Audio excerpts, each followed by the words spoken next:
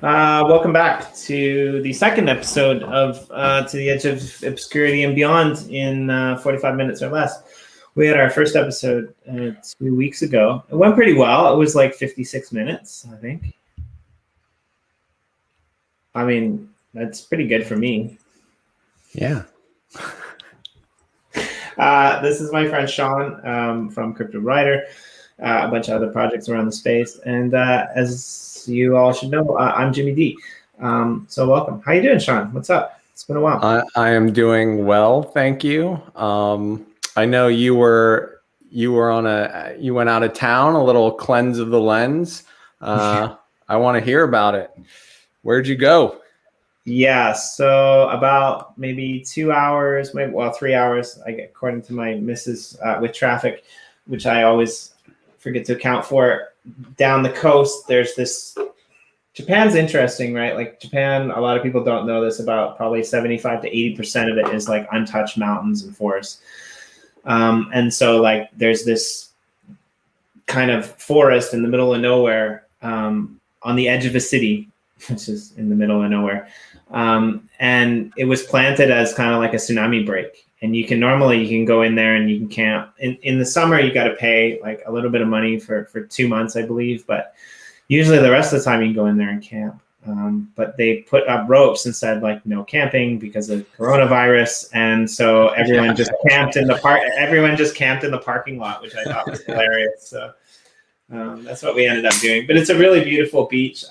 It's like as far as the eye can see, it's on this kind of cove. And if you just look, every probably 5 to 10 meters, there's some fisherman or a couple people standing fishing just along the whole coast, with a fishing rod. Oh, yeah.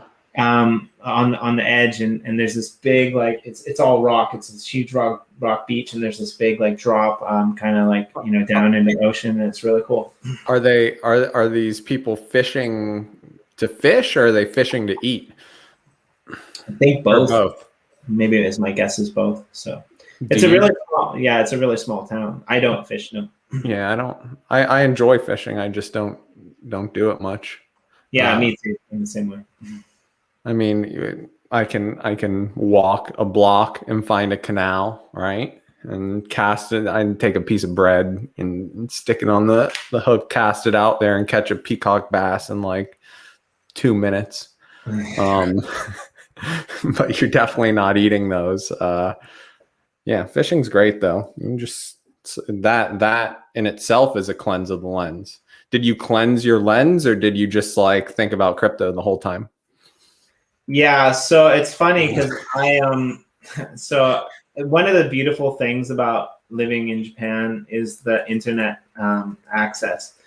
And they have really good, internet, and it's cheap. It's pretty much, pay as you go, and it's free. So I can pretty much tether to my phone anywhere.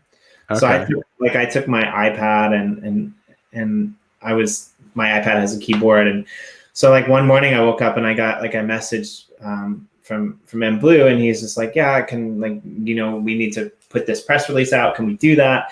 And I was like, okay. So, the missus went for a walk with my daughter, and I just kind of sat there like in front of the ocean, and she came back and she's like, are you done? And I'm like, well, no, but like I could do this every day, like sitting here in the middle of the forest with an iPad, like by the ocean, typing, writing.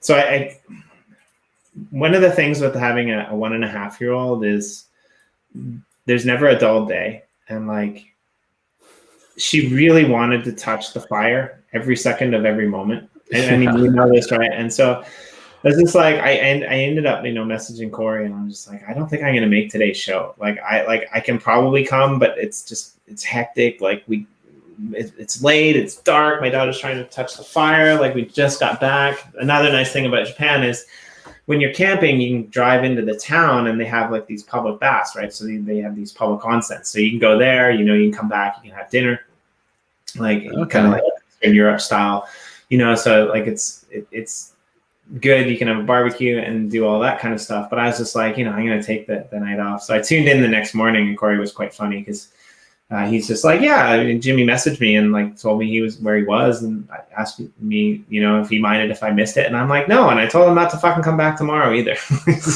Like, Yeah, he's probably like, man, it's so quiet around here. Yeah, it was good. It was fun. I mean, and like it's good, I think, to unplug. Like you said, I think you told me in private once, but like you tend to you know, unplug on the weekends. You don't work on the weekends. You don't do that much stuff on the weekends as much as you can can help it. And I think that's one of the problems with this crazy crypto space, right?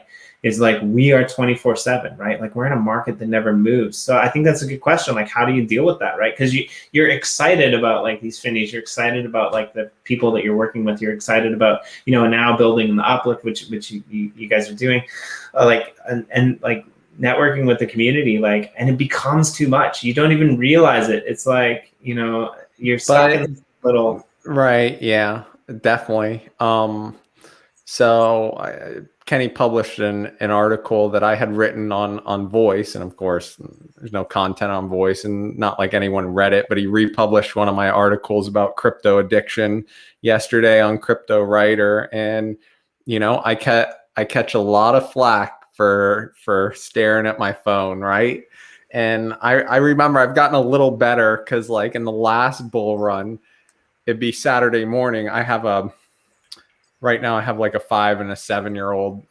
But this was 4 years ago. So they were younger, right? And they needed attention.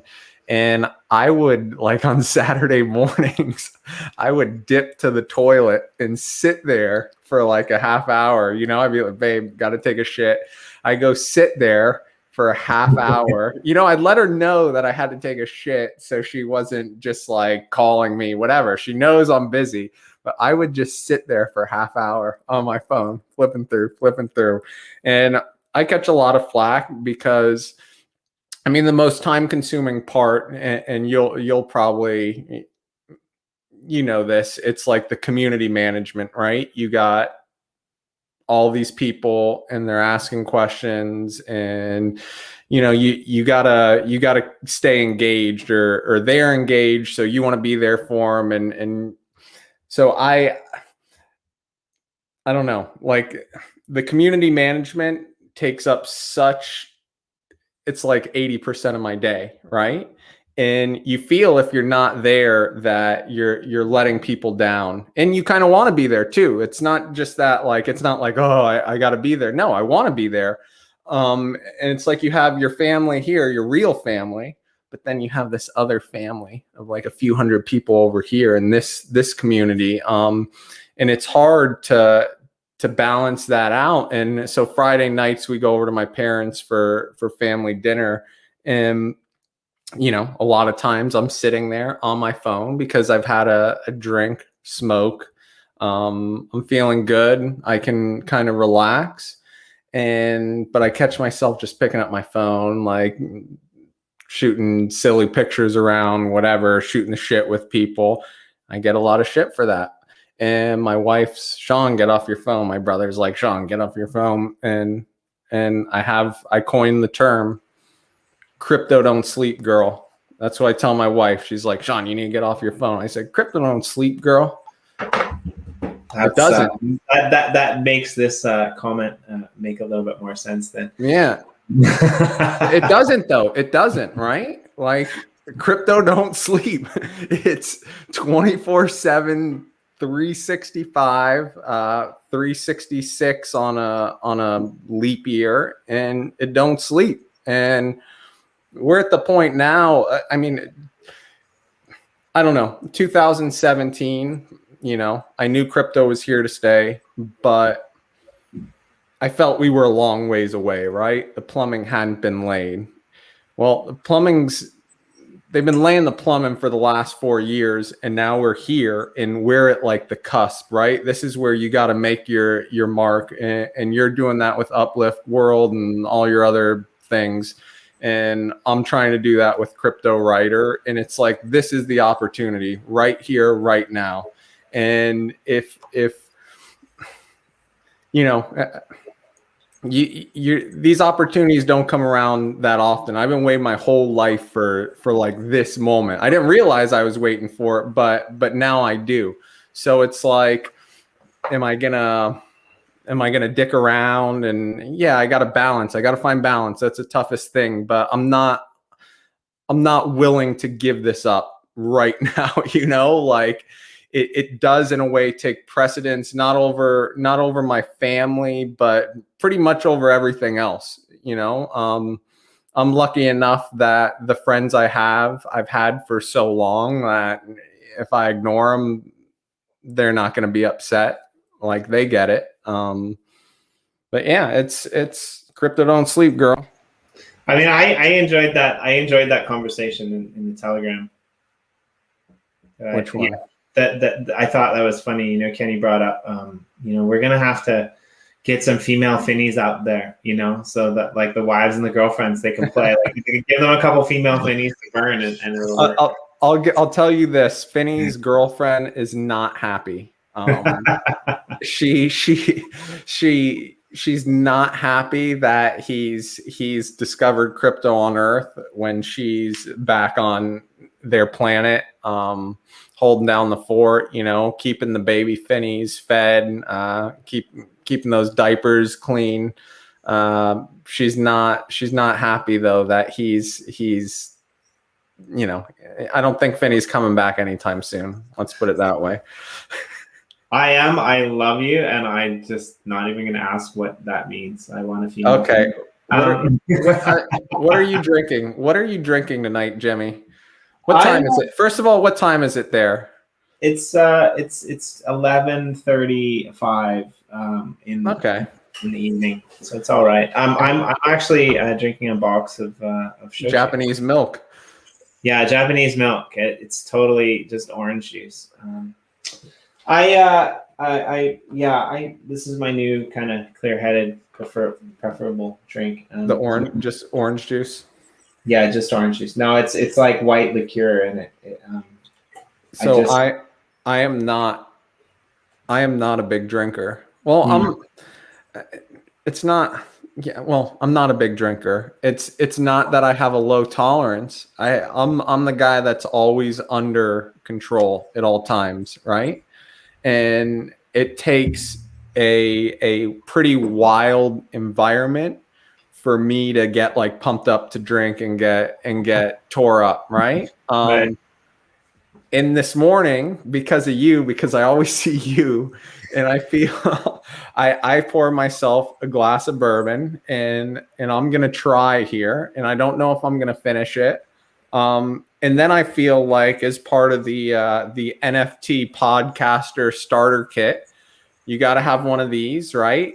This is every NFT podcaster has a version of this. And if you're going to talk about NFTs, you got to vape, right?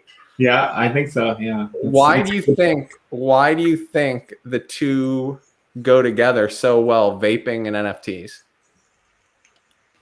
I mean, they're both digital. They're not analog in their own way. I mean, that's a really bad analogy and a poor, like the poor that's like saying you can, you know, increase your iPhone you can increase your iPhone hardware with an app. It's a really bad analogy. I do apologize for that. But like, I mean, that's the thing, right? Like, how many people recently are vaping in general? I don't know. Like, do you think it's just part of the NFT culture? Like, you think we're at that point where I think we are. I think that there is this NFT culture forming, pushed by people like Bozak and stuff, right? Like, I think it might go deeper than that. I think it might actually be like a gamer. I don't know, like a gamer culture. Like, do you remember like those old like streamers who used to stream games, and like sometimes you see videos of them and they've got like the actual tobacco, the cigarette butts that they're just like their whole desk is just full of ash and cigarette. I've never seen that, but that's not. So it's like, I wasn't a gamer. These are old gamer. Like, what kind of games were they playing when they were? I mean, I guess gaming can be stressful, right? Yeah, I mean, I like when I was a smoker, I used to smoke no matter what you did, you smoked, right? Like, so it was very rare. And I think for me now that I don't really smoke anymore, there's no nicotine in this. I get to the point where I just kind of get online and I'm relaxing, and it just seems like the right thing to do. So I'm not sure if it's necessarily like an NFT thing, or if it's a YouTuber thing, or if it's like a trendy thing, but I do know what you mean now that I think about it, right? Like, yeah, I mean, vaping and burning go hand in hand, right? I mean, like, oh yeah. If you're gonna burn NFTs or create. But if you're slanging NFTs, you got to be. I think you have to be vaping. If you're one of these NFT slangers that's going around sharing links, giving the gift of NFTs, you got to be vaping while you're doing it. I bet you'd be hard pressed to find someone who slangs NFTs and is not vaping or smoking. I want to share something my buddy from one of my groups shared yesterday. This picture. Let me see. How do I? Yeah, and I just while you pull that up, just like to Tech Geek's comment, right? Like, and that's the thing. Like, it's funny. Like, when I was a smoker, I used to always find myself like gravitating outside and smoking, and I never knew whether it was the fact that I wanted to have a cigarette or whether it was the fact that like smokers were more interesting. And to me, smokers always seemed more interesting than the people who weren't smoking at that time, right? Like, I was always bored. And like, so you kind of said like birds of a feather flock together, right? And I think that's a good point, right? Like, people probably who smoke have this similar personality or similar tendencies. Right, it's probably the same type of people who like gravitate towards NFTs or technology or gaming, right? Like, it's the chicken and the egg scenario, right? Like, do you vape because you are into NFTs, or are you into NFTs because you vape, or is it neither? It's just that type of personality. Yeah. I mean, I think it's that type of personality, but I think that when you start playing with NFTs and slanging them with other people that are slanging NFTs, you're probably vaping a lot more. I'd say vape intake goes up by about 18%, minimum. 18. There's a number called. I love how you have like a number. There's something cathartic about looking at your NFT collection, right? And then giving the gift of NFTs, and just that, like, that whole NFT network.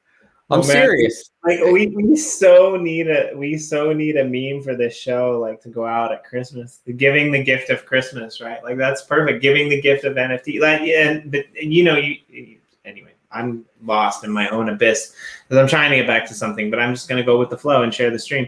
But I wanted to say one other thing first, right? Because, like, going back to your comment about going back to your comment about all of this, right? I'm finding myself like annoyed a little bit with like real world people. I'm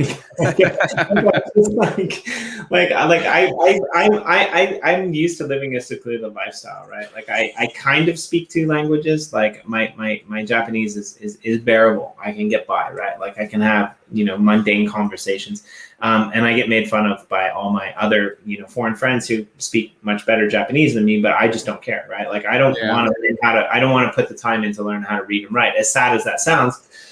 Because I'm never going to use it, right? And so, like, I'm working, like, in the real world, and I'm working online, in the virtual world, and even like I found myself like so secluded recently that it's weird. Like, I'm even like having blowouts with like some of my best friends, right? Like, I had a blowout with one of my friends last night because, like, he was dropping screenshots of like shit from like 2018, saying, what do you mean? Like, EOS.io is built on EOS. And I'm just like, Jesus freaking Christ, you're a smart guy.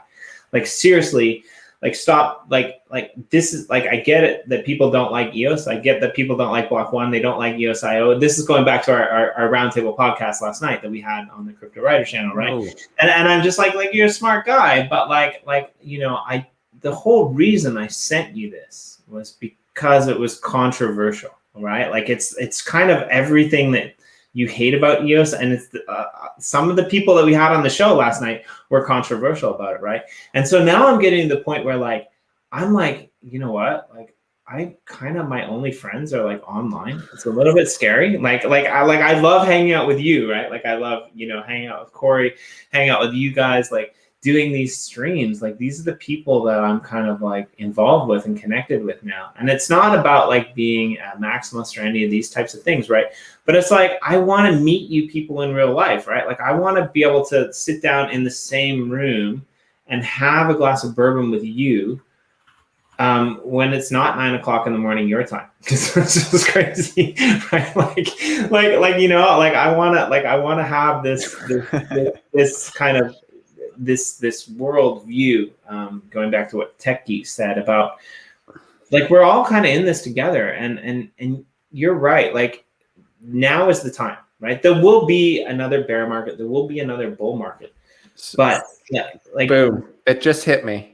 It just hit me though. I'm sorry you were ranting there. No, I like when people cut me off. So go for it. I don't like when people cut me off. I like when friends cut me off. I just figured out. Okay. Put the picture up that I shared. All right, done. We're gonna do it. Okay. I don't know where this was from. Someone shared it with me. And it's probably, it reminds me of like Berlin or something. I don't know. It does. NFTs are dumb. Please go outside and do drugs and have sex like normal people. Anyways, I was looking at this while you were talking, and you know what's interesting, and you're talking about EOS and that, and there's always drama over there. And I think Michael from EOS USA, that's his name, he brought up the tribalism thing, which is huge. And then I'm looking at this picture on my screen, I see NFT. And it makes me think, no fucking tribalism. I think that's what I like it. I like right? it. No fucking tribalism. And that's the difference.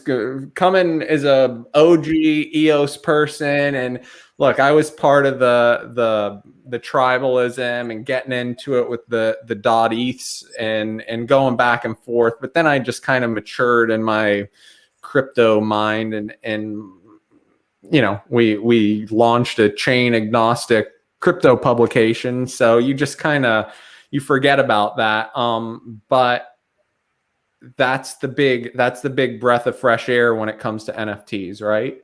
It's this idea that it's so easy to give the gift of an NFT that the other stuff, like I can meet someone and shoot them an NFT, and through that NFT, we already have a connection, right? It's already, the transfer of the NFT goes through any walls of tribalism. It doesn't matter what chain you're on. I was speaking to, when we first launched Cryptowriter membership card, I was speaking to someone in Discord, and I'm like, hey, we were trying to give these memberships out. Now we're slowing down, but I'm like, hey, this is what our project's about. He had a project and he saw our project. So I taught him about our project, and then he taught me about his project. I'm like, hey, you got a Waxed account? And he's like, yeah, I do actually. And I sent him a membership card, and then he sent me an NFT from his project on ETH that's valued like $400. They're selling for like $400. But right there, it didn't matter that I was an EOSIO guy and he was an ETH guy, because we're slanging NFTs, right? No fucking tribalism. Yeah, and I see your point, and I might actually raise you one. I think one of the reasons that I always liked you, you know, I always hit it off with you, you know, after you came on our show and explained to people about the Finneys and the media moguls, is that like we're in very similar boats. Like what we do over in, you know, Uplift land, and what you guys do over in Cryptowriter land, we do it to promote, in a way, the technology. And like it doesn't really matter what chain you're on. Like I think that there's a lot of good projects that are running on Ethereum. I think there's a lot of good projects that are running on, you know, I don't want to say it, but like there's projects that are running that people really enjoy on pretty much every blockchain that's out there, right? And I think sometimes we attribute the various people to those blockchains. But for me, that's not the end goal. The end goal is to have multiple blockchains that are tailored towards multiple things that kind of, do the best case scenario, right? And this is, for me personally, why I like EOS.io, but it's also why I like blockchain in general. Because like to have that ability to tailor something towards what you want, or to find something that fits what you want, is the best way forward, in my opinion. And this is why I love Wax, right? Because Wax makes NFTs easy. And these people who are over on Ethereum and they're creating NFTs, right? Like they've got their own reasons for using Ethereum. But I think where you're coming from is like, it doesn't matter, because people who are creating NFTs, people who are looking at NFTs, they're doing it for one of maybe two reasons. Number one, because they love that creation process. They love that art. Number two, because they love that birdification process, right? And so like, depending upon where you're coming from, like I kind of see where you're going with this, I think. Look, there are never... Everyone, it's again, crypto's a lot like sports. People like to pick a team and root their team on and trash the other teams. But unlike sports, there's never going to be a winner. There's never going to be a Super Bowl champ in crypto, in my opinion. If you have a community surrounding your crypto project, you are a winner, right?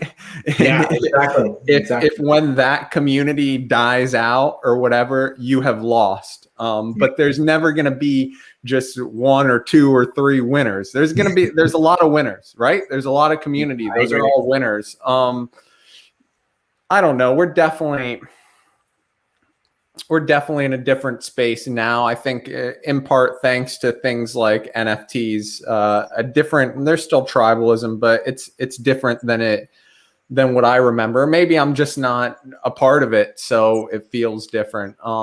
There's always going to be haters, but I think there's more lovers now than there was 4 years ago.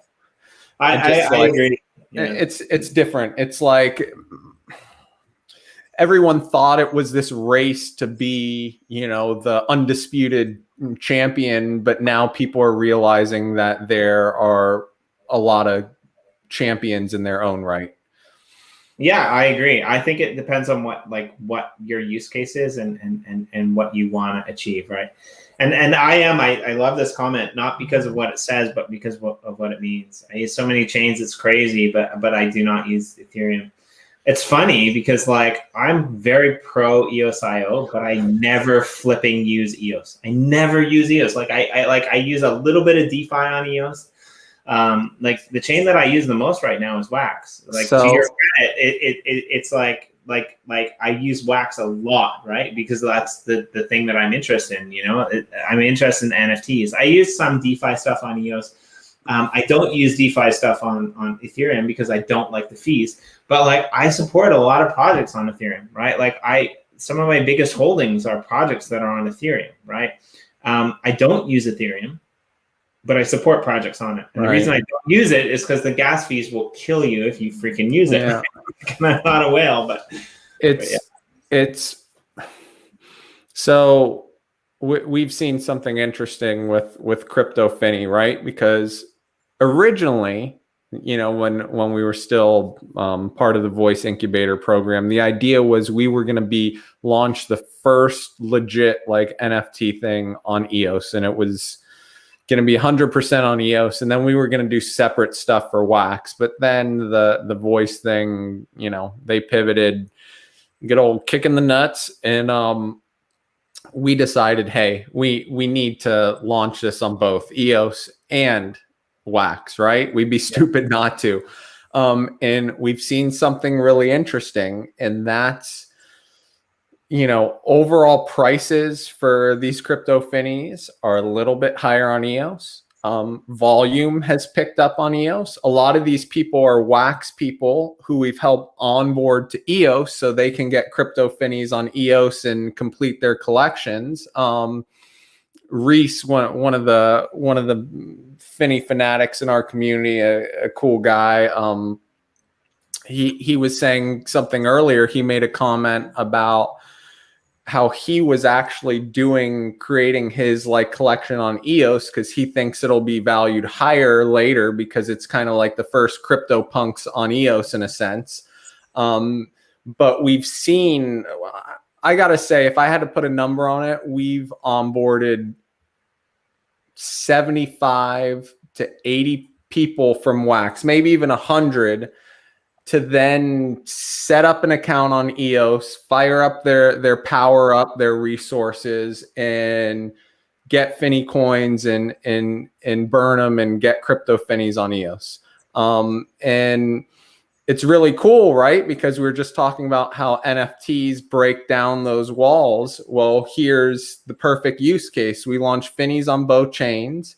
And at first the market was all on Wax, but now a lot of these people are coming over here. We're looking at the secondary sales volume and they're pretty comparable. So really cool. That's an interesting parallel for me, you know, like coming from UpliftArt, because UpliftArt did a very similar thing. We launched things on you know, both chains, and we're probably at this point in time we're probably privy more towards Wax, just because Wax works with the NFTs a little bit better in our opinion so far. It's cheaper. That's cheaper. It's cheaper, and it's easier onboarding for people who aren't into crypto. And I think that's important. But I like where you're coming from, the fact that, like, you know, so there's a project that's coming out called Yoshi Drops on UpliftArt, which is going to be freaking epic. And I'm going to put Yoshi on a roundtable sometime soon for Cryptowriter with a few other people, because Yoshi deserves to be known. And I just love the guy. I mean, it's hard not to love someone when they're like, oh yeah, I got to do an interview, but can like Jimmy come? And like, I just like, this guy is like top notch. He's a really good human being. You know, he's like, in my opinion, like the things that he does, the things that he creates is really amazing. I won't go any further with that, but the Yoshi Drops is essentially, it's going to be this kind of carbon funding project whereby we're going to use the Wax blockchain to pair people and music and art together, and a certain percentage is going to go towards, like, you know, replanting trees for like carbon neutral blockchain on Wax. There'll be you know, these donations or these, they're not really donations, but the profits will go into like planting trees to you know, offset carbon in the environment, right?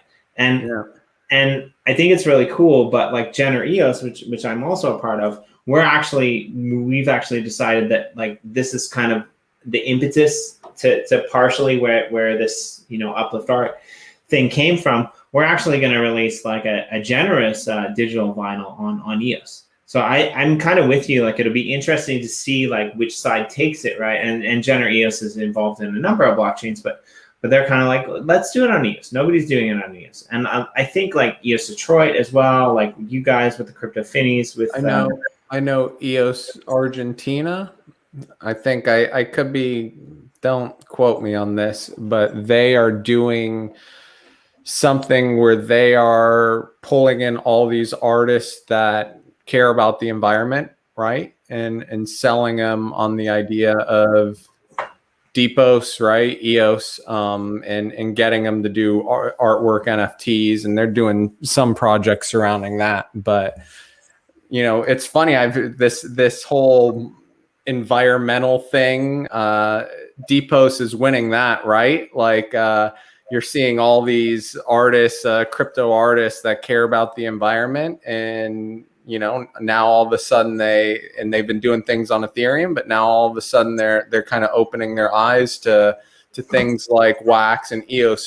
Who'd you have on from the Women of Crypto Art? Because I remember she was into that. I can't remember her name.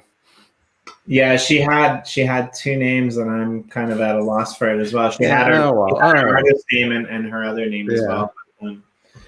Yeah, I mean, and it just cracks me up, actually, that comment that I just put up on the screen. But anyway, sorry, we'll come back to that later. But yeah, I think it's a really interesting time that we live in. Like, Well, is there, Jimmy, is there ever not an interesting time that someone lives in? I mean, I feel like you could say that at any point in time that this is an interesting time. the only But reason that we can the only tell me reason that why. Tell me why this is a more interesting time than any other time.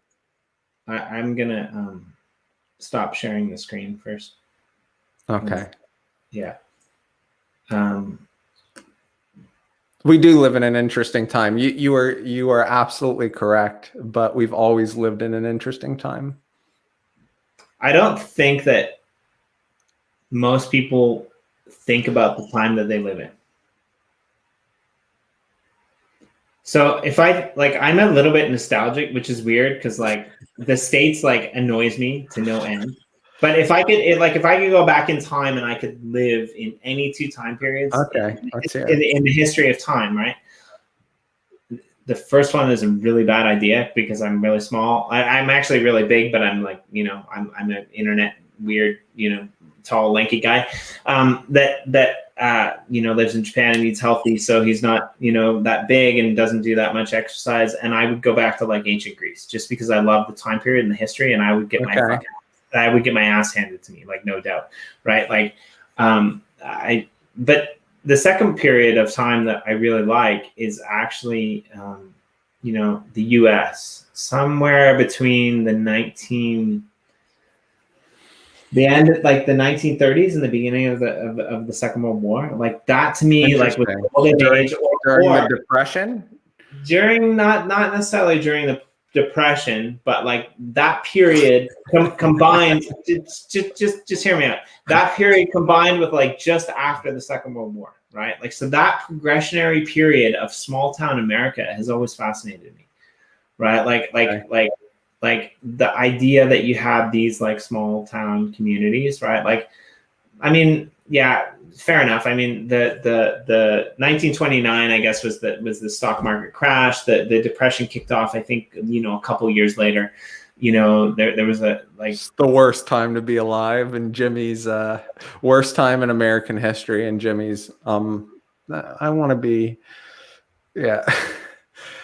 Well, but do you mean when? Here's the thing, right? Like if the stock market crashed, but like the normal person on the street, not that much change, right? I don't know, Jimmy. I don't know. I'm not sure either, but I'm just saying, like, okay, sorry, maybe I misspoke. Okay, so I'll take that back and I'll replace it, right? But like that small town American vibe, right? Like where people have this like, small town American economy, like they were building, maybe even then, maybe I could go back a little bit further. Maybe what I'm thinking is like, during the boom of the 1920s, which you mean okay, so you mean more, you want to go back to a time when it was just more community, people were dependent on their communities more. Not dependent, but here's the thing: the small town culture that came out of that still exists today in a lot of places, right? Yeah. And I mean, you turned me on to something which was really fascinating, which I kind of went down the rabbit hole on, and that was in Miami, and that was Wynwood, I think was the name of it. And, and it's like kind of an artist mecca that we're actually in collaboration with you and Darren from NFT London graffiti NFTs and maybe Marty from Dot Gems. We're actually looking at like creating a whole new world for this. Let me explain it to the listeners. So I was born in Miami, one of the few native gringos. Back at the time, though, when I was born, Miami was a different place. And I've kind of watched Miami transform. It's one of two cities that I love, and I'd probably never leave here permanently. But so when you're driving, north past downtown Miami, you're on I-95, and you pass downtown Miami and you're looking out to the right, right? And this is like, it's probably a mile from I-95 to the ocean, maybe a mile and a half. But you're seeing all these rundown, you're seeing the hood, right? And this was years ago. You're just looking at it's kind of like industrial buildings, but they're all kind of dilapidated. And then, you're seeing all this graffiti over there. And over the years, the graffiti started getting better and better, right? From just tagging to like street art. And then it kept getting better and better. And then all of a sudden, these a restaurant would pop up, or whatever, brewery. And all of a sudden, this neighborhood that was like the hood, industrial, like gross, disgusting, because of this street art, starts evolving to become this super trendy neighborhood. Then the galleries come in, and it became the design district. And then next to the design district, there's this other neighborhood, Wynwood, that was same, like even more hoodie in a sense, less industrial, more residential, but like the hood. And same thing happened. The street art came in, and you're driving on I-95. There's like hundreds of thousands of cars that drive up and down there, and you're looking over and you're seeing this incredible street art, and you're like, and it's enjoyable. You're driving over and you're looking over here, and of course there's probably led to a bunch of car accidents. Anyways, all of a sudden that neighborhood starts transforming, and what they do is they, right around like the main area where the art started, like where the art got really good, they didn't rope it off, but they sectioned it off, and they called it Wynwood Walls. And they would let people come in there and just be creative and do their thing on all these walls, like the side of buildings, all that. But really cool. Now it's like one of the most trendy neighborhoods in Miami. And you walk around, every building has some sort of artwork on the side of it. Like the restaurants are awesome. Plenty of places to go drink. There's people out there at all times just walking around, enjoying the sights and the sounds. So I'm like, why not? We had that conversation. Why not build that in Uplift, right? Why not create a neighborhood, like an art neighborhood, a Wynwood, a design district, where people can come out and express their creativity and put up galleries, and people can walk around and Uplift and check this out and check that out, and make a night of it in the metaverse, right?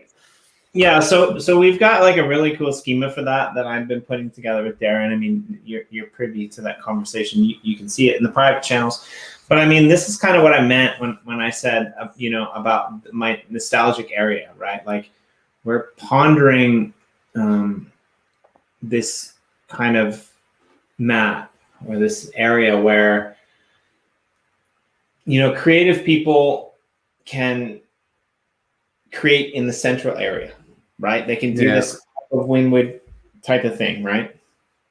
But the map itself will probably be survival, whereby there'll be an economic base that's wrapped around it, right? And so if you look at that, community infrastructure of the 30s and the 50s, which are two very totally different time frames, but like, I'm not much into American history, right? Like, I mean, if I was smart, I would go back in time to, where I could buy beachfront property in California, because nobody freaking went to the beach, and that was like, the desert, and you were crazy to want to live on the seaside at that time. But I like this idea of like community involvement, right? And even all the harshness in the Great Depression, I think what happened was like, it brought people together, right? Like people might not know this, but there was actually a mini golf craze during the Great Depression, right? There was like a food garden craze, right? And I mean, it sounds bad, but I think like it wasn't that many. It was like 25 to 30% of people had no jobs. The rest of the people were working, right? And they work in shit conditions maybe, but like how many people are unemployed in the US right now, right? Like the numbers are sky high, right? And then like, so I think out of pain can come good. And this is what I got from Darren. You know, Darren's catchphrase is vandalism saved my life. He's an awesome guy like that. And in the same way, like those photos that you sent to me personally about Wynwood, like they were awesome, right? Like, and if you look at like what's happening in that situation, right? And so those are my, I don't know why we got on this topic. I mean, we're really at the edge of obscurity now, but like those are my two favorite periods in time of history, right? Is because these are collective people that, you know, were thinking their way through shit. You know, they were thinking their way forward, and I can kind of see like this small town vibe taking off in certain areas of the Uplift and of, you know, other like kind of NFT creative projects in the space, right? And I think that's really interesting. So back, I know where it started. We were talking about we live in a really interesting time, and you said, you know, every time is an interesting time, right? But at the same time, I'm using the word time a lot. You know, maybe because I'm looking and you know, we're 46 minutes, but we're gonna, you know, like because it's Jimmy D and Sean, so like we're, you know, we got a little bit of leeway here. But yeah, like if you look at the people who are out there in the world today, the majority of them are working day to day. They're stuck in this mold of being an employee, working towards retiring, right? God. And you and I, like I work a real full-time job, right? Like I do that like on the side of doing crypto. It used to be I did crypto on the side, but now I spend so much time doing crypto. And I don't even go to the bathroom. So imagine how that looks to my wife, right? Like so like, but we are in this weird kind of community that is looking to empower themselves through blockchain technology, through NFTs, through DeFi, through whatever you can throw at it, right? And there's vultures out there, there's whales out there. Like it's a dangerous game, but there's certain segments or certain populations of this community that are coming together and they're rallying around various causes. And I think those use cases of crypto to me are really interesting. And so when I sit here with you and I look out there at the world, right? And I see some street kid painting graffiti in Wynwood, which I've never seen, but you know, I can imagine it. I'm kind of excited about the fact that that person is thinking outside the box. Because when I look out there at the world, most people aren't thinking outside the box. Most people don't know what an NFT is. Most people don't know what a blockchain is, right? Like you say blockchain to someone on the street, they're like, what are you talking about? You say Bitcoin, they're like, oh, that thing that's going up, or that thing that, you know, everyone got wrecked in. Right. You know, people don't know what blockchain is, but they know what the word wrecked means. Like that's nuts. Well, I've always felt that if you spend enough time in crypto, you see the world, you start seeing the world in a different way, right? You start seeing opportunities and different connections you've never seen before. What's interesting and what's not interesting, this is the most frustrating part of being, you know, a full-time deep down the rabbit hole crypto person is it's very difficult to explain to outsiders that experience, right? What that is, what it's like. It's too abstract for them.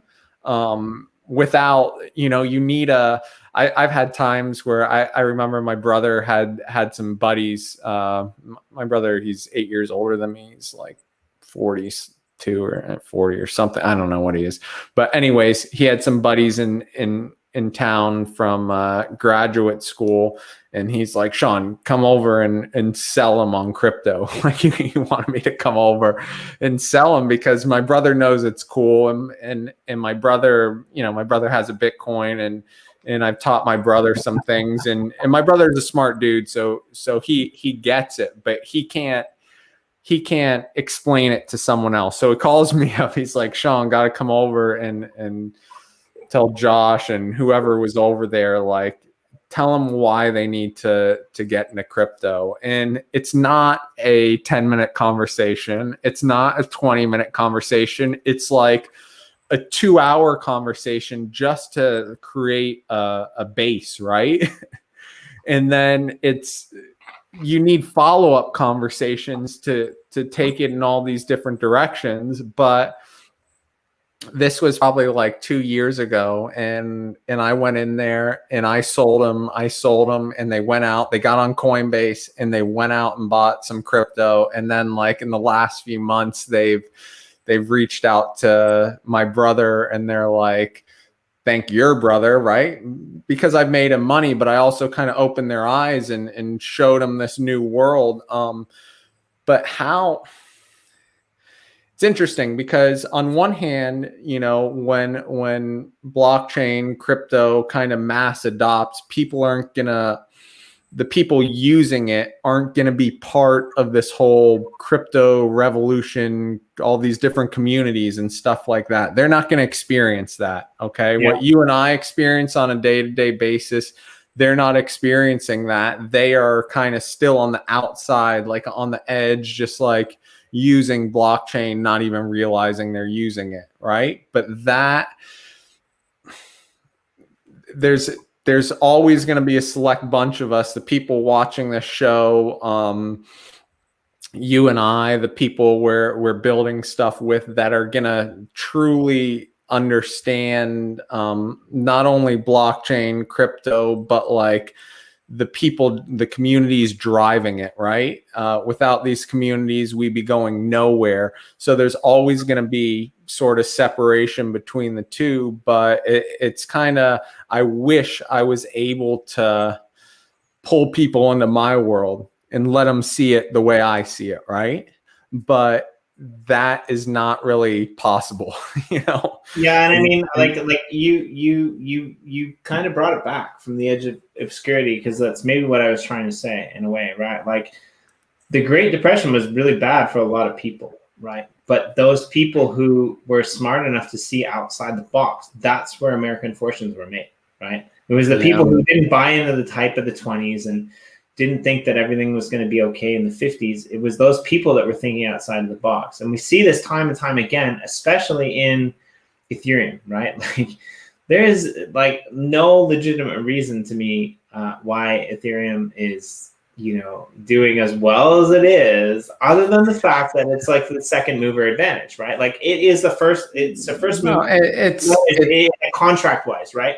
But it doesn't help the world, right? Like, it can't be the thing that Bitcoin wanted to be, right? Like, no matter how you look at it, Bitcoin is still a better payment network than Ethereum is. Which, it's interesting you say that. I see. So the reason why I think Ethereum's as successful as it is because those people a lot of people fell in love with Bitcoin, and then there was this new thing, right? And then you have some tribalism, and it pushes people, and you know, there's a fork in the road, right? And you see this Bitcoin kind of, you know, it's a beautiful system. It's like a purist blockchain in a sense. And then people look over here and they see Ethereum as the future, right? And they see that Ethereum, remember, crypto is built on mostly hype and like promises, future promises. That's what drives these things. So people like saw this Ethereum and all these promises and the world's computer, and they went this way, okay?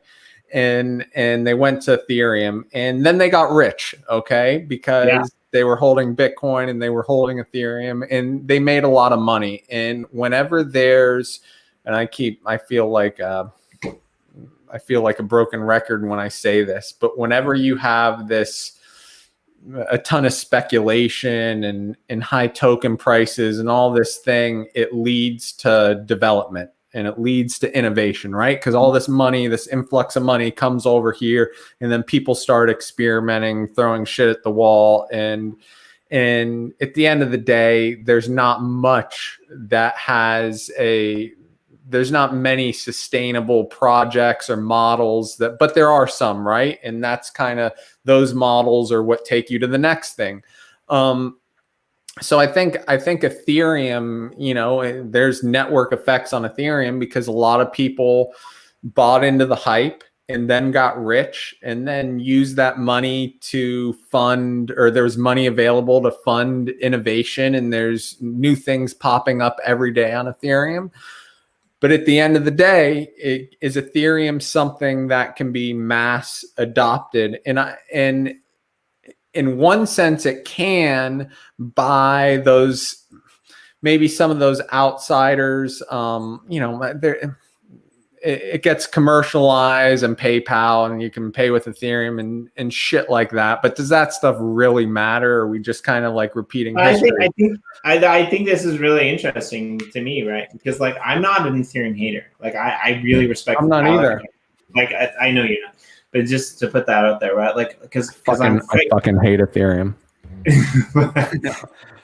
I get Jimmy. You like, I get it. Ethereum, it doesn't, when you really understand it, if the goal is adoption, Ethereum doesn't make sense, right? It just fucking doesn't. So we get 2.0, right? And so we get, when we get 2.0, but again, does it really, like I said, I don't believe there's gonna be one fucking winner, right? It's not gonna be like that. It's just not. And this is my issue with it, right? This is my issue with all of crypto in general, right? And maybe this is why I'm preferential to Wax. Maybe this is why I'm preferential to a few other chains that aren't USIO, by the way. But like, I see real use cases and real value trickling down to actually have a positive effect on society. And I'm an outlier. Like, I really am an outlier in this, because like, if I can never have to work another day in my life and live, on a farm growing my own food, making money from crypto, out in the wilderness, like with an iPad on a fucking table, by the ocean, I'm happy to do that. But that's not the world that we live in, right? Like, the world that we live in is a world that is full of like cutthroat people who are trying to work their way up in a company structure, who are trying to get enough money to be able to buy the car and the house that they can have the barbecue to like improve their status in the world, right? And that's starting to infiltrate the crypto world, right? But here's a question. Don't you feel, though, that we are moving away from that 9 to 5 world, right? Like, as these metaverses and these sandboxes expand and get better, and that becomes more the reality, then the economies move over there. And then, maybe it takes 30 years, but you have automation taking mostly everyone's jobs, or at least the low level jobs. But you're going to have this influx of people to the virtual world doing their virtual jobs. And then these people are going to be just like you and me. They're going to be doing crypto for a living. They're going to be sitting at their computer. They're going to be clicking around, and that becomes the new workforce, right? It's going to be split. I love you and this show. Like, you might actually be the edge of my obscurity, and you always keep bringing me back. So thank you for that. But like, this is what I'm saying. Like, I don't know how to get to that point, because I think if I look out there in the real world and I see all of this stuff, right? And I think about it, like, most people aren't thinking in this way. And so what I want is that game-changing innovation.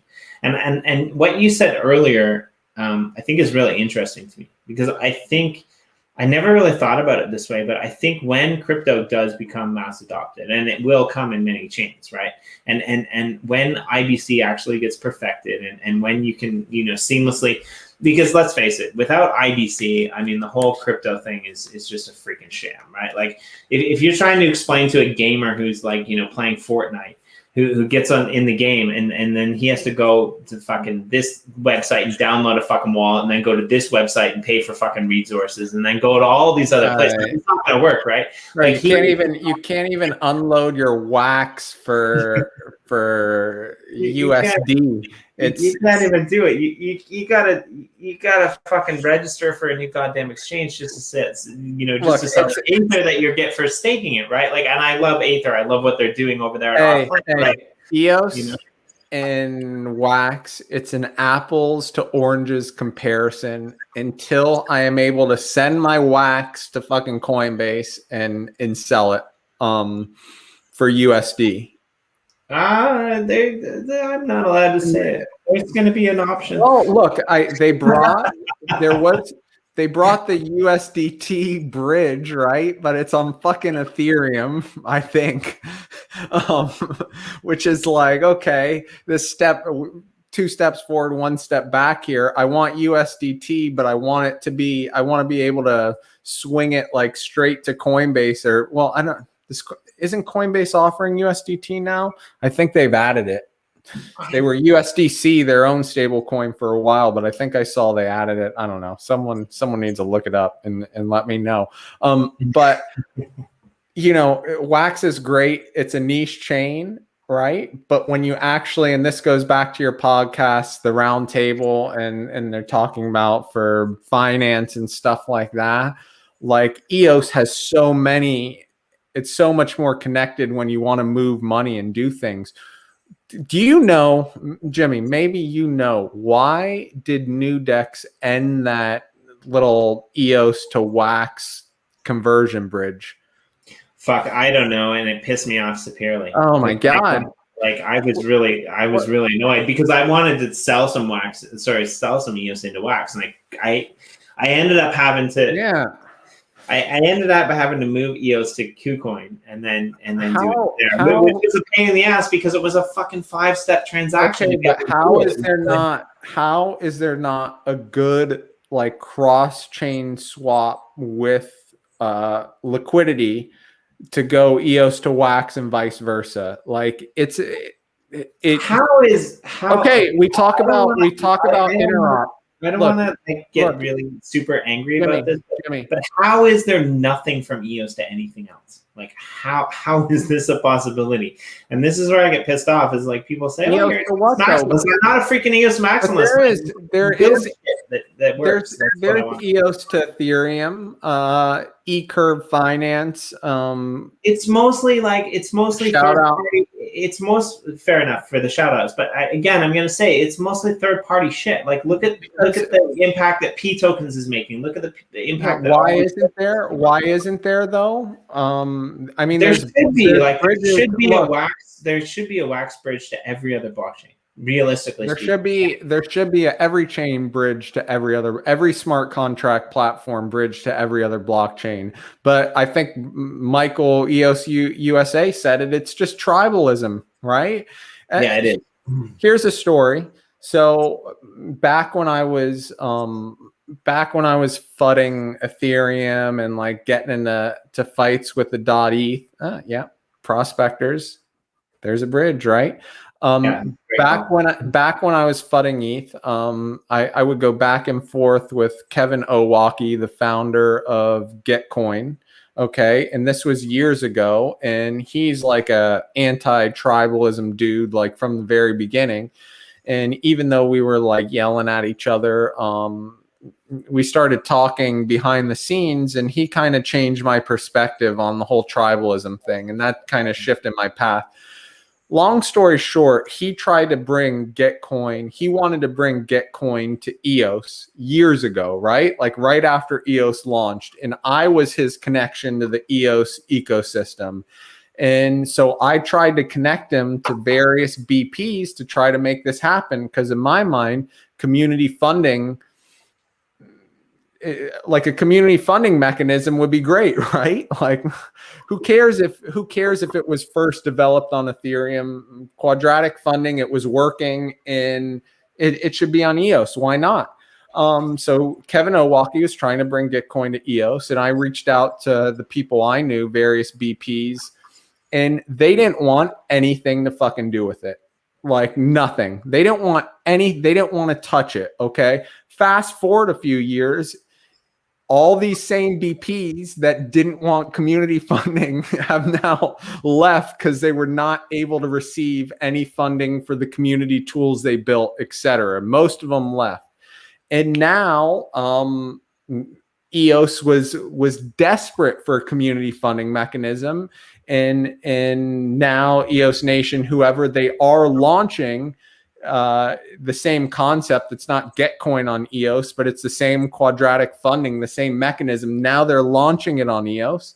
But the thing is, it's tribalism, right? This could have been done 3 years ago. EOS could have had a robust community funding mechanism by now, but because of the tribalism, they wanted nothing to do with, this Ethereum project. So and I think it goes both ways, right? Like you're really hitting the nail on the head there. It goes both ways, right? And like some of the worst tribalists are EOS maximalists or Tron maximalists or fucking I don't think there's any polka dot maximalists. I'm really happy about that, actually. I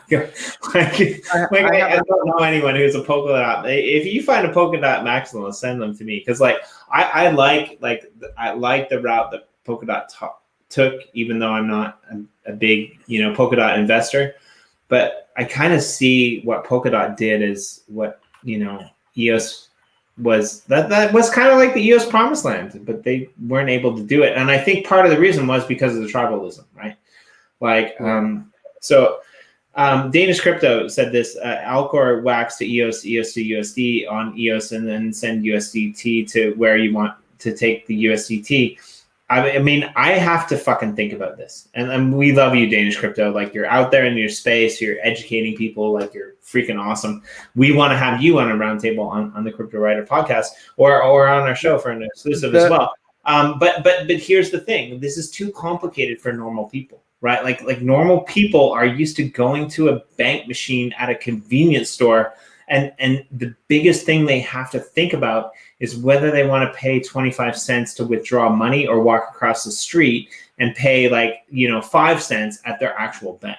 Like, this is the place that we're in. I'm kind of in my ranting mode, which is why we usually go. So let's just rename the show 45 minutes or less, and then if you want to 5 hours or less, like crazy rant club with Jimmy D, because Sean decided to open a bottle of bourbon at 9 o'clock in the morning. Then that's a good name for the show. I mean, I have a question for you. Yeah. Is wax stronger? Would it be better for wax? And this goes for EOS. Would it be better for wax and EOS if the bridges were built between them? I'm saying, would it be, I'm not saying which one would it be better for. I'm saying, would it be better for both of them if the bridges were built? Or who would win? Or would both of them win? Right? So the thing with wax that I really like is wax is a no coiner entry point, right? You get into the Wax Cloud wallet. You sign in with social ID. I get that, but I'm just talking about the ability to move NFTs, the ability to move tokens back and forth between the two chains. Would that be a win for both chains? Would that be a win for just one chain, or would that be a win for neither chain? Yeah, so I'm trying to answer your question. So I think the thing is EOS thinks that this isn't important. This is it's a great comment, Curtis, and I'm totally on your side, and I'm trying to explain it. I think it would be much better for EOS to be able to leverage that from what Wax is producing. And this is what annoys me about it is Wax is kind of like Wax, Ultra, a lot of these other chains, they're distancing themselves from EOS because EOS has such a bad rap in the question though. on Curtis C's question. It's absolutely better for EOS, but would it also be better for Wax if there was that bridge? Because EOS has the liquidity. It's connected to all these different exchanges and has different DeFi swaps and stuff, right? The EOS community knows nothing, like they're not involved in NFTs. If there were bridges, right? In the same way we're pulling people from Wax now to EOS through Crypto Finney, we can pull the EOS people back to Wax. You are expanding the market, right? I think everyone wins, but there's it's constrained by tribalism, right? Just build the fucking bridges and everyone wins. The whole economy gets stronger. But this idea that we're gonna block off, like we're not gonna build over here because we want to be better than them, or people over here are EOS, so we don't want to go there because we're gonna do our own thing over here. No one wins. Like no one really wins. I still can't look. There's things I hate about EOS, but for me to get my money back to fiat from Wax is a pain in the neck. Okay, it's multiple transfers to different places and conversions. Okay, with the bridge to EOS, you'd cut like 2 more steps off that. Well, and I mean, Wax did a good job by like creating within the wallet the bridge to Ethereum. But the problem is like the bridge to Ethereum is going to kill your network costs, you can make the bridge to EOS, and it's right there. And the technology that EOS is built on is the same thing Wax is built on, but because of tribalism, they won't do it. And because of that, nobody wins, right? Like, if you haven't watched it yet, go back and watch yesterday's roundtable that we did on EOS, where essentially, Adriana told me I watched it. But I loved it, right? And yeah. We had some really cool guests. We're going to do this on a monthly, basis, and there's a lot of different people with a lot of different perspectives, right? And I threw myself under the bus by essentially saying what you're saying now. If Block One and EOS could have done one fucking thing right, what they could have done is they could have got IBC right? Because they didn't, this is what they promised, and they didn't freaking do it. And you're not wrong. Like it's the same. They promised a lot of things. Okay, so let's just call people out right now. Well, why not? I mean, it's the edge of obscurity and back. So like if we push you over the edge of obscurity and you don't want to come on the show, I know the show's just us, so. I know certain look, so Atomic Hub, I love Atomic Hub, right? I'm gonna put you like totally on the screen. Oh god. No, it's not me. No, Atomic Hub's awesome, and it's super successful on Wax, and we're starting to see an uptick on EOS, but like it's time to build the tools where we can start moving NFTs from one chain to another. It's time to, maybe they put a swap, maybe they build a swap into Atomic and build that bridge.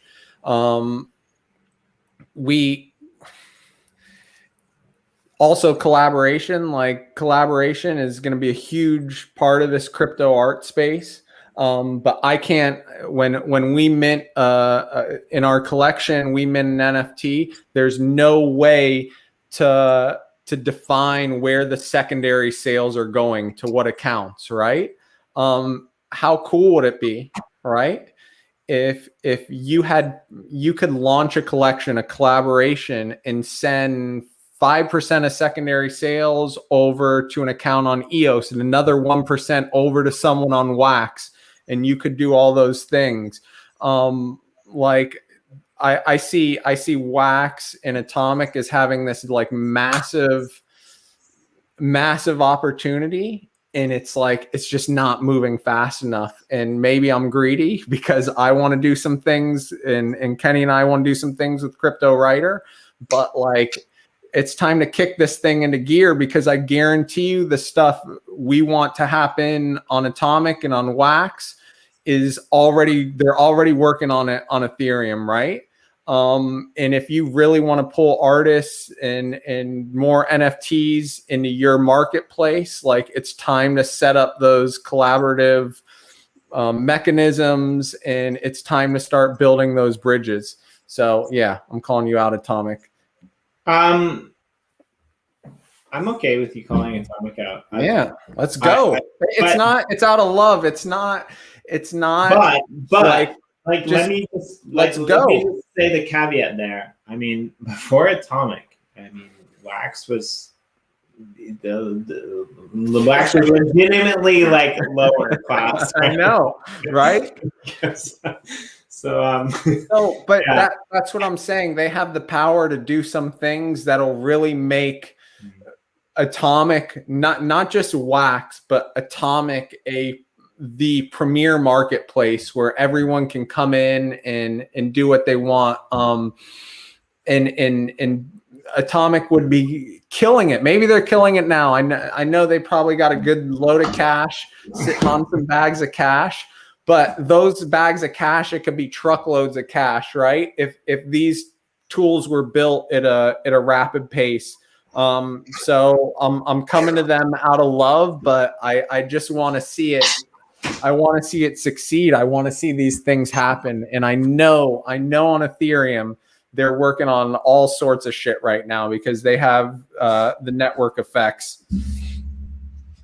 I'm still here. I just, I hate when people walk away and I'm just talking to the YouTube community and I can't see any reactions or anything. Well, I mean, I tried to put your picture up on the screen, but I'm not so good at this. That's okay. But I think, Curtis, if somebody can freaking build this, I've been saying this for a few months now. I'd like to say years because it's crypto time, but it's not really true. The first project that allows different NFTs to be in the same place and be sold and traded and displayed will be massive. I'm not really sure what you mean by that, to be honest, but what I'm gonna say is I know what he means. He means NFTs for multiple chains to be traded in the same marketplace. What I was thinking. And there's no reason. So if I do a cross-chain swap, right, I'll put my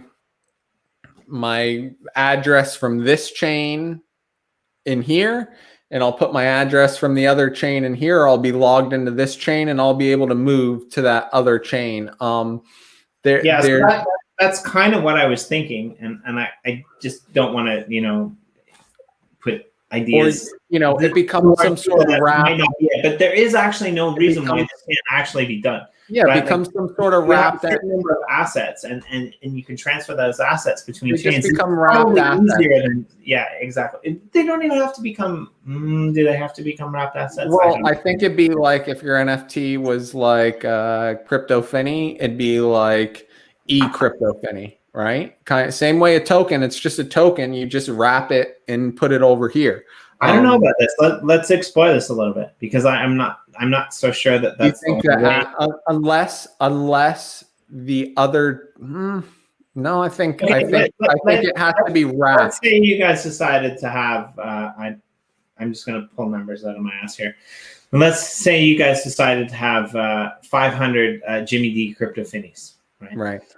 I was going to use BTC miners, but I realized that you probably already have a number behind that, so we'll just make up a new one. So let's say you decided to have like 500 Jimmy D crypto Finneys, right?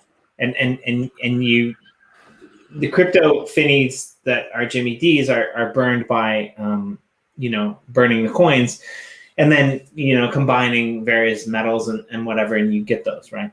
Now, you've got them on Wax, and you've got them on EOS already, right? So why do you have to have a wrap token? Why can't you just deposit it into a contract? It burns the Wax version and it releases it on the EOS, right? And if it's that easy to do that, why can't you do that on Ethereum? Why can't you do that on Tron? Why can't you do that on every other blockchain?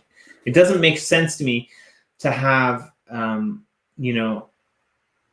Well, You've got a smart contract that could you dictates the maximum amount of things that you can have, and you can stretch that across. So look, smart contracts. I'm not a developer. Neither am I. I have no real idea, but my inclination is when you send, let's just say a token, right? Let's just say a cross-chain swap. You send a token to a contract on one chain, right? Yeah. It's not the same token when the contract releases it on the other chain. So like if I send EOS to Wax, and let's say Wax had their version of EOS, WEOS, right? It would come out, the contract on the Wax side is WEOS because you're replacing one for the other. And I think with NFTs, from a token perspective, I agree. But from an NFT perspective, an NFT is a token. An NFT is a token, unless there's some sort of like within the NFT standard, some sort of voodoo they're doing, right? Where if you burn on once, if you send to a contract and burn it, right? It has to release a separate token on the other side, a separate NFT. Those are not the same NFT. So regardless of if they look exactly the same and whatever, this is a token on the Wax blockchain and this is a token on the EOS blockchain, and it's a non-fungible token. So when one comes out the other, it's going to be, the same mint number, whatever, but it's going to be wrapped in a sense on this other blockchain. So logically, I'm not a developer either. And I could be I could be completely wrong on this. Okay, so don't quote me, but that's just the way I see it. Logically speaking, I'm not a developer either, but logically speaking, what if I had mint 5 of Jimmy D and I fucking burned it on EOS and I sent it to Wax, and then the token that was released was mint 5 on Wax? And then from Wax, I decided, oh, fuck, there's big collectors on Ethereum and I want to send it there. So I send it to another contract and I burn it, and I get released Finney, Jimmy D, mint 5 on Ethereum. What's stopping this transition of NFTs? I get what you're saying about tokens, because tokens have and I get what you're saying about an NFT being a token, but I slightly disagree, even though, technically it's true, but it's a different thing, right? Like there's mechanics that are. I don't know if it's different. Are you sure it's different? I don't think it is. I'm not sure, but I think it should be. I don't think it is. It's. I mean, if we're looking at creating NFTs, or we're looking at creating art, and we're sending them cross-chain, or we're looking at creating like NFTs, in-game assets, right? Where we're going to onboard multiple people into like major league games, right? And there's going to be different people in different countries that, like, Binance has already fucking proved this with their, Binance US, which is like, let's get on a tricycle and ride around in the crypto space where everyone else in the world is riding around on a fucking motorcycle and Ninja Kawasaki, whatever the hell they call them. Because that's essentially what Binance US is, right? They're a bunch of kids riding around on a tricycle because of the regulations, right? Like, what if, sorry, I get on my rants here. But like, what if you had an NFT series, right? Where you were to release 100 pieces of artwork. And those 100 pieces of artwork, there was a contract that was built in to every single chain that you could possibly imagine. And when you burned an NFT on one asset, it created when you burned an NFT on one chain, it created a new NFT on the chain that you put that contract in. How is that any different than P tokens, right? That's essentially what you're doing. You're not burning it. You're like depositing it into a contract and then. Because I'll tell you why. Because the marketplace or whatever would need to be tied to all those different chains. So like, think of USDT, right? I don't agree. What I'm saying is somebody needs to fucking build that. Okay. I think it I think it absolutely will get built. But what I'm saying is, why the fuck is Atomic sitting around? Like, let's get this shit built. Like, Yeah, I don't think Atomic's sitting around personally. Well, I know they're not sitting around, but go out there, get a fucking $200 million investment and speed this thing up. Like, let's go. There's no reason they can't. Okay. So let's just do it. It's like some people, you got to get that Elon Musk mindset, right? Like, we're just going to fucking go to Mars. Why not? They just got to think like that. It's funny, and Atomic again is awesome, and we love using it. I actually turned on a buddy last night, one of my best friends who kind of guided me in my early days in crypto, and he's turned into a massive whale, and he's just like killing it. And just sitting back and like playing golf every day. I'm a little bit jealous of him. But anyways, I had sent him Cryptowriter membership card on EOS, maybe on Wax too. But I finally was like, I reached out to him. I'm like, hey, David, like this is what you need to do. Like, go burn some coins, go put a coin on the market if you want, whatever. I just wanted him to experience Atomic and just NFTs, because he doesn't get NFTs and he probably still doesn't. But I did see, like, he thought it was pretty cool. You know, he was telling me when he was actually burning Finney coins and when I explained the mechanics and then he was listing, but he's like, oh my God, he's like, I love the user experience on Atomic. He's like, whoever their devs are, this is awesome. I do like Atomic. I just want things to happen faster. I don't know. Maybe I'm greedy, right? I'm kind of the same way. Like we talked about earlier, this is an opportunity. It's the reason we stare at our phones all day, right? Because this is it right now, right here, right now. So let's get it done. And Jimmy, I'm sure you've been in crypto. Like, I know you've been in crypto, but there's a lot of projects that talk about it, right? And they'll talk about this and they'll talk about that. And then there are very few number of projects that just do it, right? And we see that with Uplift. And I know you said, like, Corey just likes to fucking throw shit out there and see what breaks and see what works. And we're crypto writers kind of like that, but we actually like do a lot of detailed planning and like think about these things. But these are the projects I want to be around, right? Yeah. The projects that just go out there and do it. The projects that just go out there and build the bridges. Like, these are the projects that are really driving the space. So look, if you're an EOS BP or you're a developer on Wax, like, build those bridges, because I think everyone will win, right? Everyone will benefit. It'll make Wax better. It'll make EOS better. So just do it. Yeah, I mean, what are you doing? What are you doing? You're building a wall? Yeah, I'm putting up a gratitude monument. I went and I found my plot in the Genesis server today. This is your plot. Yeah, this is mine because the crypto Finney writer one isn't ready yet. So in the future we'll do the gratitude. It's getting close though.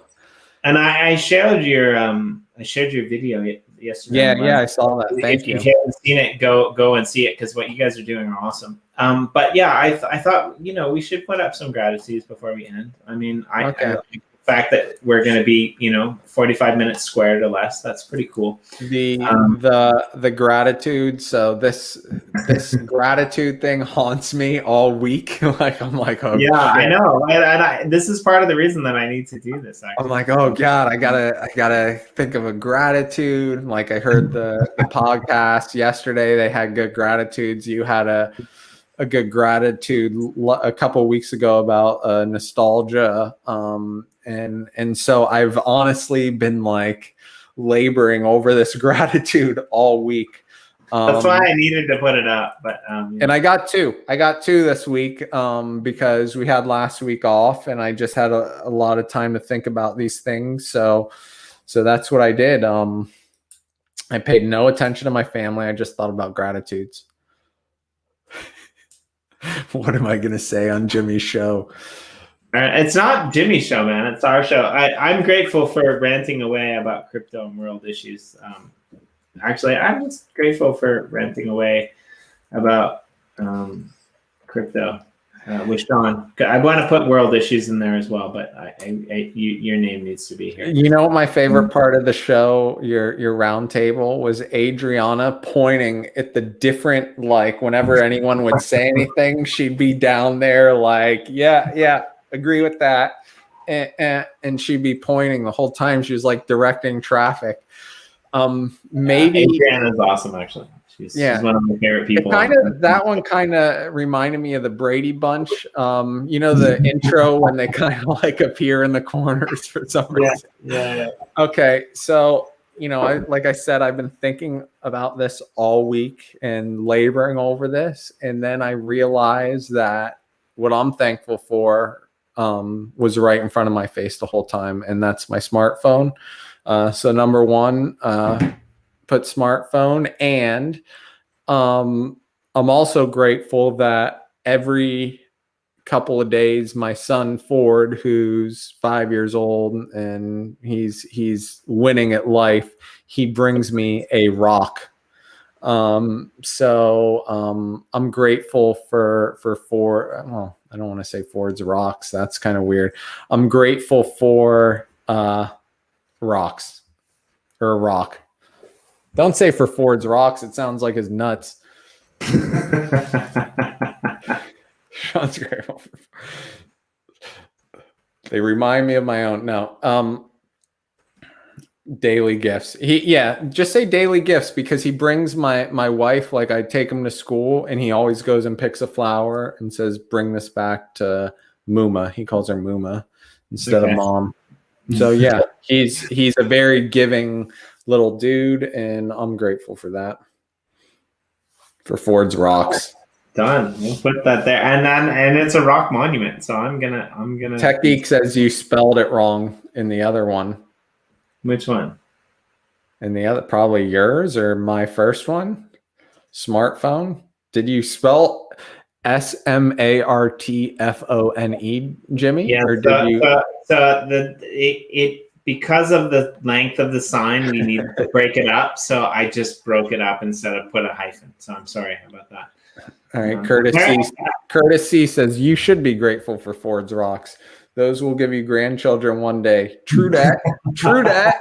True that. I am grateful for Ford's rocks.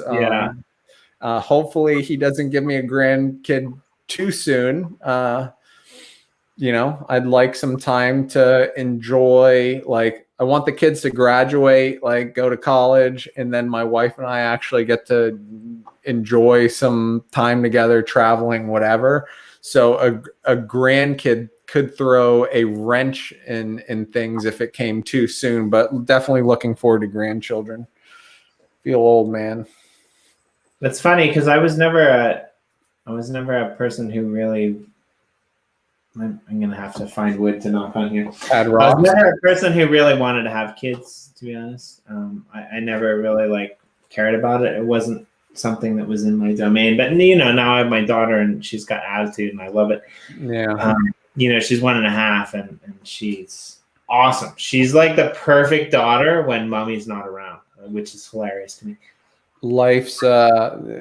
Kids are life's biggest challenge, I think.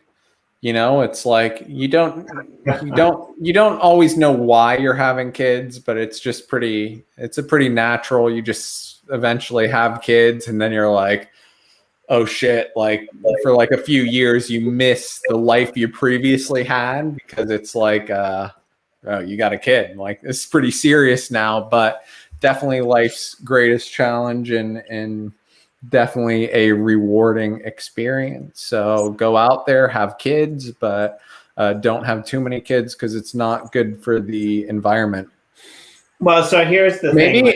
Maybe we can do some sort of Yoshi NFT thing where he's planting trees to offset the number of kids you have over 2. Can I see something really cool? I'll be back in a minute. The suspense. All right, commenters, what do you want to talk about while Jimmy's taking a leak? for the 8 people who are here, I'm gonna reveal this. There's 8 people have stayed for this. Yeah, well, 10 now. We're going back and forth. Oh shit! We should throw out some Finneys. Let's just throw out some Finneys for the 8 people that are here. Yeah, Definitely. No. Don't drop your address because I'm not sifting through all that. We're just gonna put out a couple claim links. Okay, sure. So you talk. Did you just mute yourself? Yeah. So here's the thing. We're gonna do the Yoshi drops with kids, and we're also gonna pre-release an event with Jenner EOS. It's gonna go to a different carbon fund, and it's gonna be connected, but it's gonna be like the pre-release, and this is the artwork I think that's gonna go with it. And while you and I have been sitting here chatting away about random nothingness, I have somehow convinced my beautiful wife to do what she does best and put the artwork on an NFT. And there's nothing that's going to be solid about this, but she's been sitting in the kitchen drawing, and I'm kind of like detail oriented. And we had a small fashion business. We have a small fashion business, but like it got really bad when like I tried to micromanage shit. And like she basically, she's a really creative person. She's really smart. And I think that this is going to be the artwork that's on the Jenner EOS digital vinyl called Jenner. Ooh. Like this is probably going to be it. Is that a version of your daughter? That actually is a version of our daughter. And love it. Jenner EOS symbol in the center. I mean, you can't see it that clearly because I'm on a phone, but like this is maybe potentially going to be one of the Yoshi drops pieces of artwork, and it will be my wife's first piece on the blockchain. And she beautiful. Just came up with that in the kitchen while listening to me and you ramble away.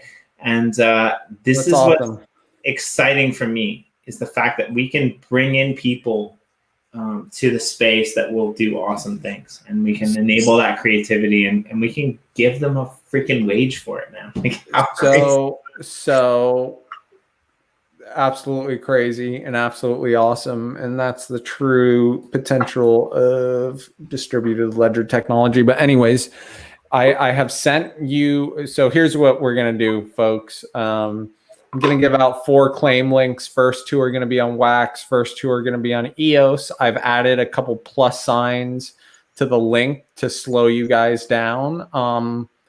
I will say this, okay? And I hope you're listening.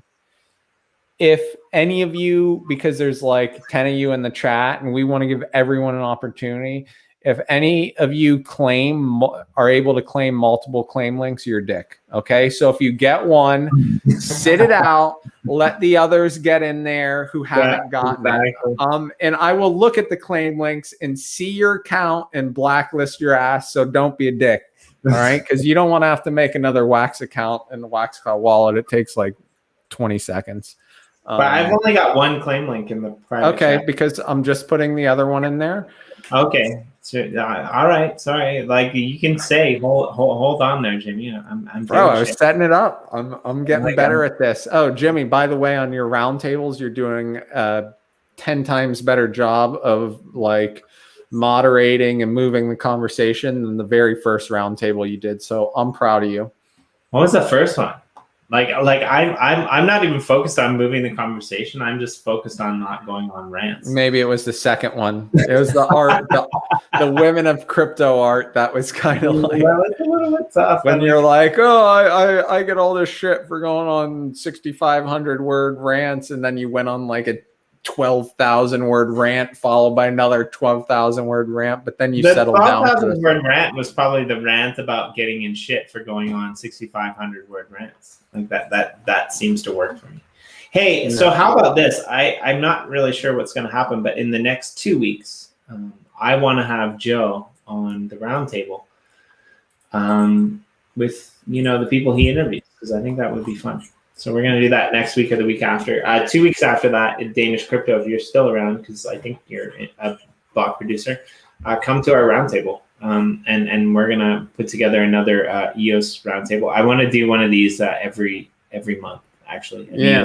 Those are fun. Those are fun. It made me want to like get in that round table and just stir the pot a little bit and I mean, you're welcome to come to one. Push some buttons. I don't know. I enjoy I enjoyed listening to that, and because that's what's great about EOS, right? There's like, regardless of if it's winning or losing, whatever, it's got a community and people still care, and they care enough that they'll say it like it is and put it out there, and it's not sugar coated, because the whole EOS community is awesome, but has been disgruntled, and like they've been bashed, and they've been in the mud, and they just say it like it is, right? And I respect that. But yeah, there's still a strong community, and that's why I love EOS. It's like my abusive husband. Dude, man. Yeah. It is. EOS is like the abusive husband. You just can't leave.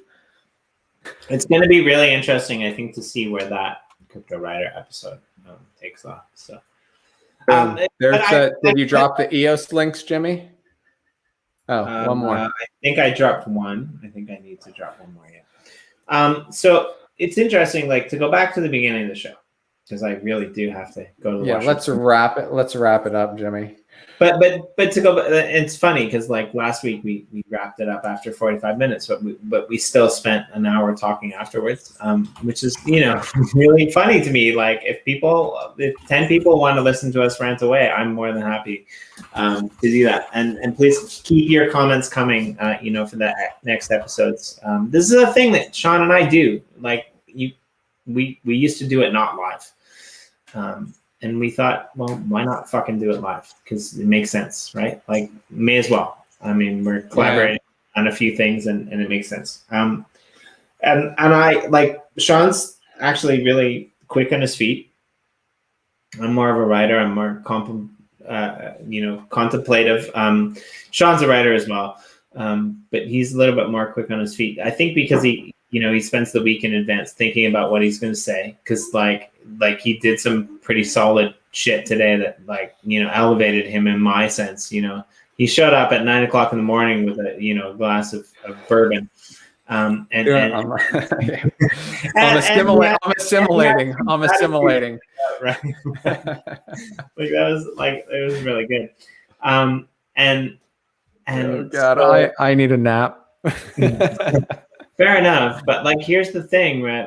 Like we really appreciate you guys coming, and the whole point of this show was to just go wherever it goes. We didn't want to have a plan. We just wanted to be able to rant away, and the 45 minutes is a little bit of a joke, but at the same time it's serious because today we went a little bit longer. Like one of these days we're gonna be able to actually. We made it to the edge of obscurity within 45 minutes for sure. Yeah, we just went overboard, and we. No. It's to the edge of obscurity in 45 minutes or less, and within 45 minutes, we had reached the edge of obscurity. We just stayed there for another hour. I like it. I love it. Yeah. No fucking tribalism. NFTs. You heard it here first. You can quote me on that one, Jimmy. You can quote me. Anyone who's listening, you can quote me. No fucking tribalism. NFT. And yeah, I like it. I mean, I think that needs was that an NFT? Was it actually an NFT? Someone said we should make it an NFT, and I think we should. Nice. But I just want everyone to know that we went to the edge of the obscurity. We went to the edge of obscurity for me to come up with that, and spread the no fucking tribalism gospel for me. I love that people are asking this question. Can we claim one wax, one EOS? No. You know what? Like if you can come back. You can't. I'm gonna. Okay, hold on. Quan Quan Soho. I'm gonna override this guy. So those of you who don't know, and I'm sure everyone here does know because they're only here because they do know, is the fact that I like to give away gold Finney coins, and the Cryptowriter, the team at Cryptowriter, we love to give away gold Finney coins, and we give them away on a daily basis, and we give Finney coins to other people to give away.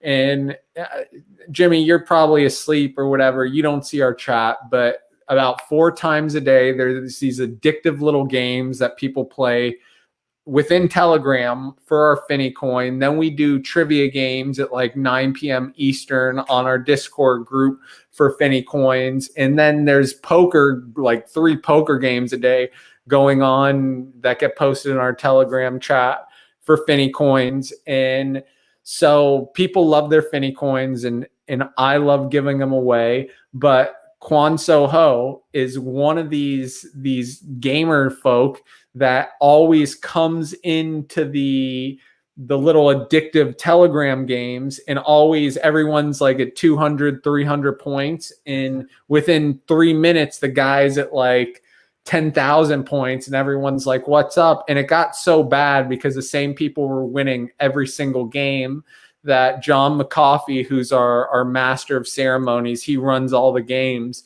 He actually made it so that if you come in the top or 10, 15 or top 10 to 15, then there's a random draw.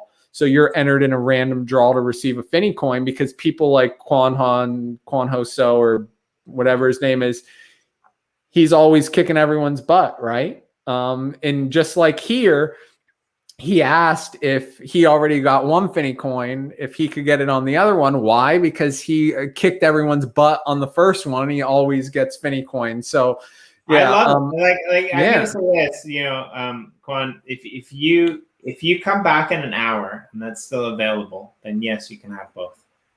Do you know what Finney coins are worth right now? I do, but if nobody's gonna claim it, and he's going to ask permission to claim one of each, then I say give it to him after an hour. Well, I'd rather give it to someone who is being honest. So who was the first one that said the claim link is still unclaimed? Curtis? Well, that's a fair point. I mean, that's okay. Is that Curtis C that said last claim link still unclaimed?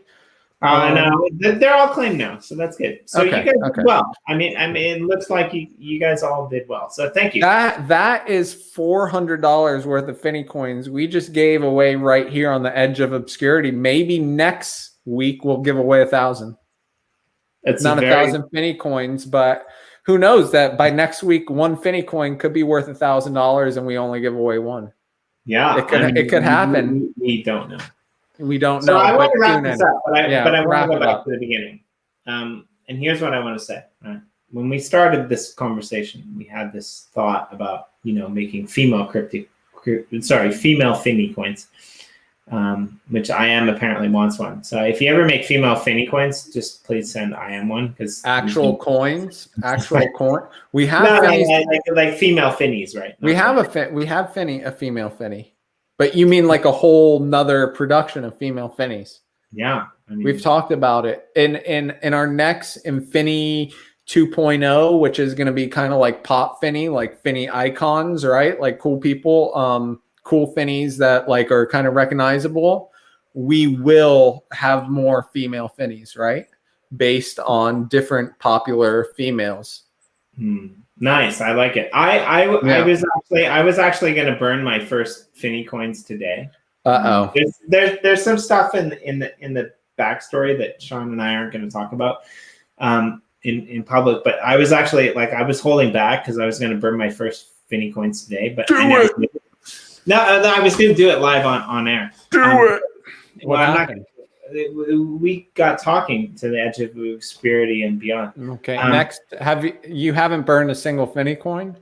No, man. Neither have I. I've watched someone burn it though, but from what I've heard, it's pretty. You could become a Finney coin addict really quickly. Can we wait really quickly? Maybe next week's episode needs to be on Tuesday. Okay, so if you claim, when you claim a Finney coin, then I got to be careful, because following episodes I'm going to share the Finney coin links in the private chat, and you're going to be pretending like you're putting them out there, and you're just going to be collecting Finney coins. Like, it gets,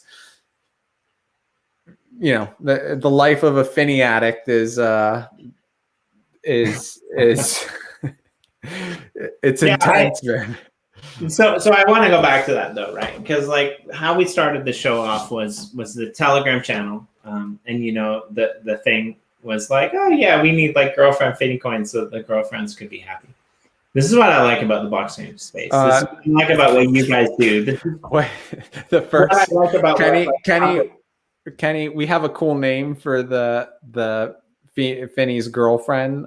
Thank you, Mark Bailey, for that name, but Kenny's like, should we name her Karen? I like it. And we thought Karen, because she is, when the story plays out, like I said, she's pissed that Finney's like having too much fun on Earth in crypto land.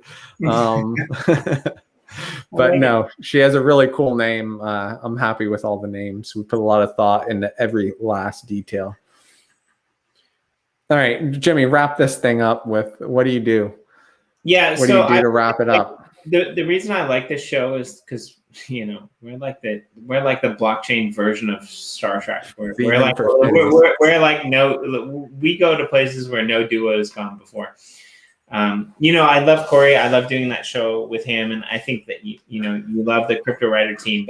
But we just get on here and we just shoot the shit randomly for 45 minutes or more, apparently.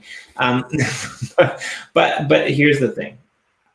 What I take away from this is my very professional. This is my very professional 1990s, late 1990s talk show voice. By the way, where after the show is over and all the people have aired their problems, the talk show dude, he comes on and he tells people life lessons. And what I take from this is what I see as the potential in the crypto space. It's for people to bring other people in, right? Like, imagine if that happens, right? Imagine if you get your girlfriend addicted to burning Finney coins, right? Right. It's just a lot of work. And it sounds crazy, but here's the thing. This is what's happening in the Uplift. We have people who are coming in with families and I told the story last time, right? We have people who are coming in with families that are building, right? Like Sean, you're in there. I mean, when is Ford going to be in there building shit? When is Ford going to be in there putting his father? He's already practicing. He's already practicing. He's already practicing. Yeah. Ford. They watch like Minecraft builders on YouTube before they even have Minecraft. And then I got Minecraft for Uplift because I want to see what Thomas was building, and then I'm like, Ford, check this out, and he's like, oh, I want to do that, so I'll shoot you a picture later. But yeah, it brings people in, and that's what's great about Uplift is it's something that's already mass adopted, and now you're just connecting it to the blockchain, and that's what makes it easy. But if you wanna, which is awesome, right? Which is awesome for adoption. But if you want to actually bring people into the crypto rabbit hole, it takes a lot of work, right? Agreed. Like, and I hope that eventually access to the crypto rabbit hole is going to get a lot easier, right? And more people are going to be drawn to it. And metaverses, NFTs play a big part in pulling people into this new world. And then they get sucked down the rabbit hole. But I think over time, like, this is just going to be the norm, right? We hope so, that the friction is minimized to the point where families and everyone can enter all different chains and experience all different new worlds. And I think we're heading there, but it's going to take some time. Seize today's opportunity, those of you who are already here, because if you spend enough time in crypto, there are going to be numerous opportunities, and you might have to just quit your job and go for it, right? And I recommend doing that if crypto is what you absolutely love and you're spending all your time there are plenty of opportunities to find a way to like plant your flag. So you need to do it. Just do it. Atomic, just create those bridges and set up those collaboration tools. Please do it. I am the prophet. Anchor, Token Pocket, and Wombat. Wombat, in my opinion. Anchor just released their like mobile beta for Android, and people are Finney fiends that have used it, said it works, the beta. So if you're on Android, you can check out Anchor. Wombat's the easier way to onboard, so check that out. If you're on EOS, I'd recommend Anchor for mobile, and I also use Anchor for desktop. And Anchor will do Wax too if you want to create a new account on Wax Cloud Wallet and export keys. Also, I think Anchor, yeah, they do. For 99 cents on Anchor, you can create a Wax account and hold your own keys right there. So I kind of like that. It's easy enough now with Wax, just holding your own keys. I don't use a Wax Cloud Wallet anymore. I agree. Thank you, everyone. Yeah. And hanging out with Sean and I, because like we're gonna do this anyway. We've been doing this for a while before we started the show. I call Sean and I say, hey, you got 10 minutes? And he's like, yeah, just let me go to the washroom because I need to prepare for at least an hour. And that's how this works. So come back next week sometime. We'll post it on this channel, maybe on other channels. We don't know. And be real people in a cryptoverse and fucking build shit and enjoy shit and have fun. Thank you all for joining us. Yeah, thank you.